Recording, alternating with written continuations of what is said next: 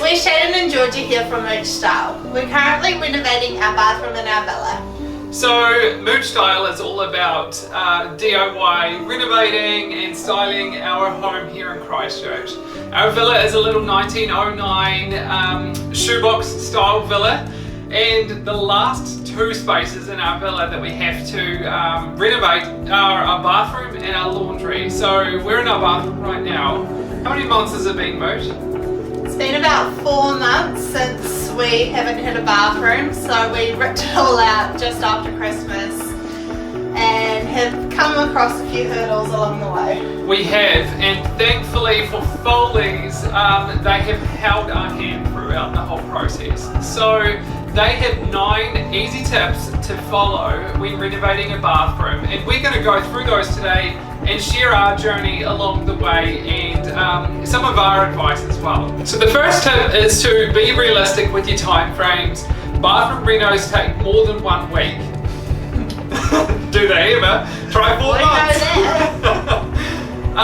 Absolutely. I think it all comes down to planning. If you have your planning right at the start, you're gonna see a much clearer, less confusing process along the way. With our one, we had things go wrong that weren't foreseen. We didn't know that it was going to happen, e.g. replacing the water main from the house to the street because it was so corroded. Just part of the parcel, and then obviously with the lockdown we didn't see that coming, so add an extra month onto it. Okay, so the second tip is to ensure you have organised all your sub-trades. Do you need an electrician, tilers, plasterers, vinyl layers?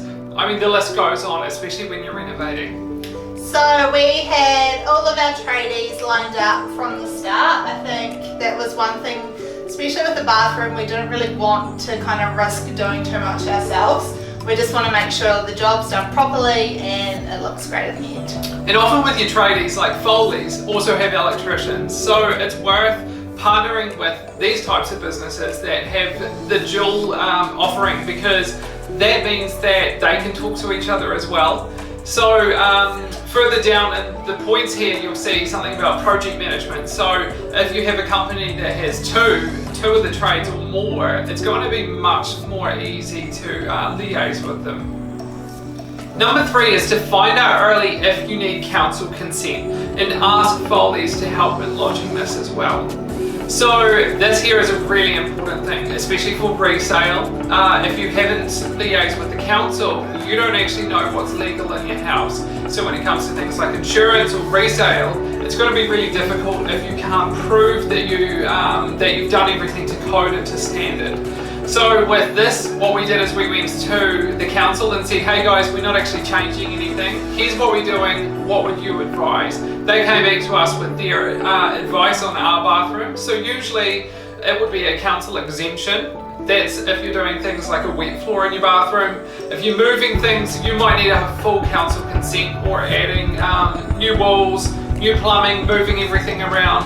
Our advice is to ask all your tradespeople as well for a producer statement. So that's basically them saying, hey, this is the work we've done, this is what we used, this is what we did, and just signing it, dating it, so when you do go to sell your house, or if you have any hiccups along the way, you have that documentation, and that's really going to be helpful in your reno as well.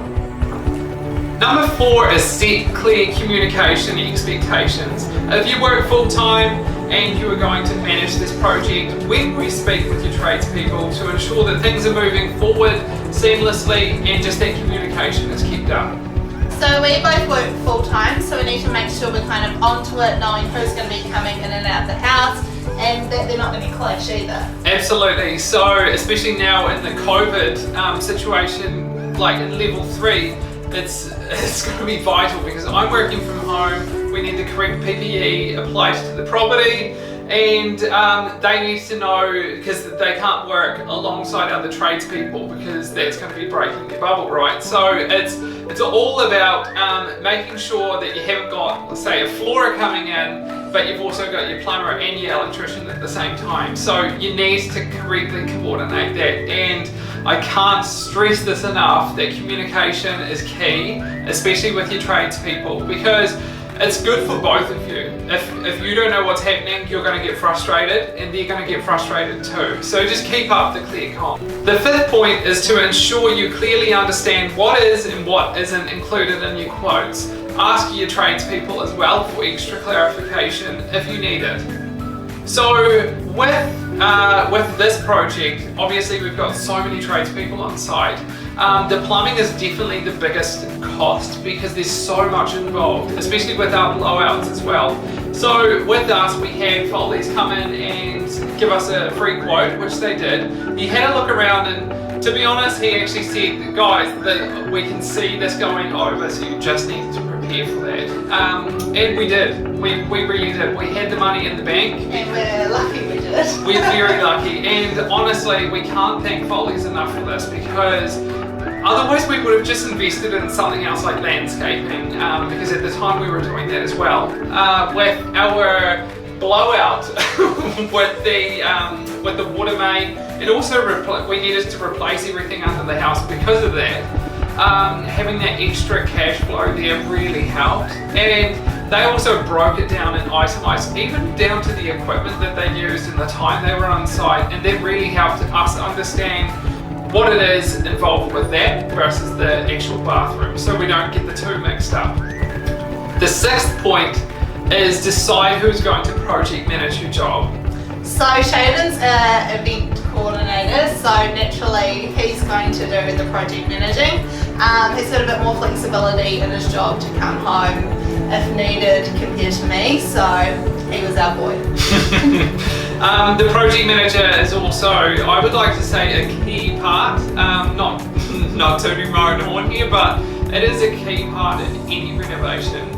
The reason for that is because you understand what's going on. You understand, especially if you're DIY, you understand how far through the project is, if there's any blowouts, so you can easily go back to, say, your floorer and say, hey guys, we've had a blowout here, we're going to have to push this back 2 weeks. And again, that comes back to that point with communication with your tradies. Your project manager is going to be that person. If you don't have a project manager, you need to get one. Whether that be someone like out of your couple, or you actually hire a project manager, or in some cases your builder could be your project manager. So you just need to sort that from the start, and it's going to make things so much smoother for all parties involved. The seventh point is to be clear on your project scope. Changes can impact your quoted price and time frames. Once again, this has happened to us. There's a lot more that we didn't plan for originally, so luckily we had money set aside and that we can kind of be a bit flexible with how long it's taking. Like, it's not ideal, but we can live with it. Yeah, the scope is really important to see that scope and really account for it. And we say this to our following all the time on Instagram because we often get questions about like, how long should this take? Have you accounted for that? Should I account for that? And my argument is that you need to always account for the worst. And we've learned that with our property is that because it's an older home. I mean, this bad boy is 100 years old, so you really need to think of that and go, well, you might have some rot in that corner that you don't know about. Walls might not be straight. Yeah, who knows what the wiring under the walls looks like. So it's things like that, and with Foleys coming in and understanding and identifying that our plumbing was, honestly, if they were going to touch it, they said basically it was going to blow up, and you can see down there, if they touched that water main, it would have just because the corrosion, it was so bad, if they touched that, it just would have ended up in a natural disaster under our house. So we didn't want that because we've already had that before, and that's actually how we got onto using Foleys, because we had someone swimming under our house two winters ago, and it was a Foleys staff member. So the eighth point is to speak to your trade experts before you buy anything, especially in regards to compatibility for extra shower mixers, tapware, and even toilets. So when we're designing, we always go into stores first and have a look around, get a feel for what we like, and then we go back to the tradies, say, hey, will this work, will this not work?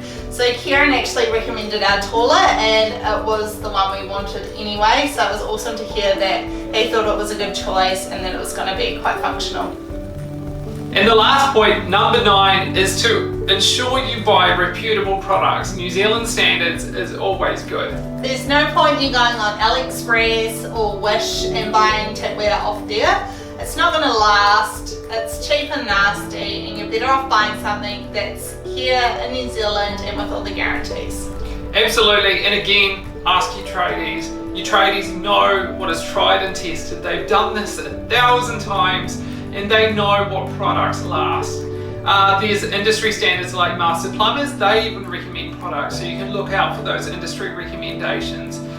Anything on the shelves in your local hardware store like Bunnings or Motor 10, that's going to work really well because they have already passed that product test to get on their shelves as well. Okay team, we hope you enjoyed a little bit about our journey and Foley's top 9 tips to renovating a bathroom. If you want to follow us, head over to Mooch Style, so we're on Facebook, YouTube, Instagram, and we basically just share our journey with you guys. We're looking forward to getting this bathroom finished and then moving on to our laundry, so hopefully we'll have both in the next month. Happy renovating, guys!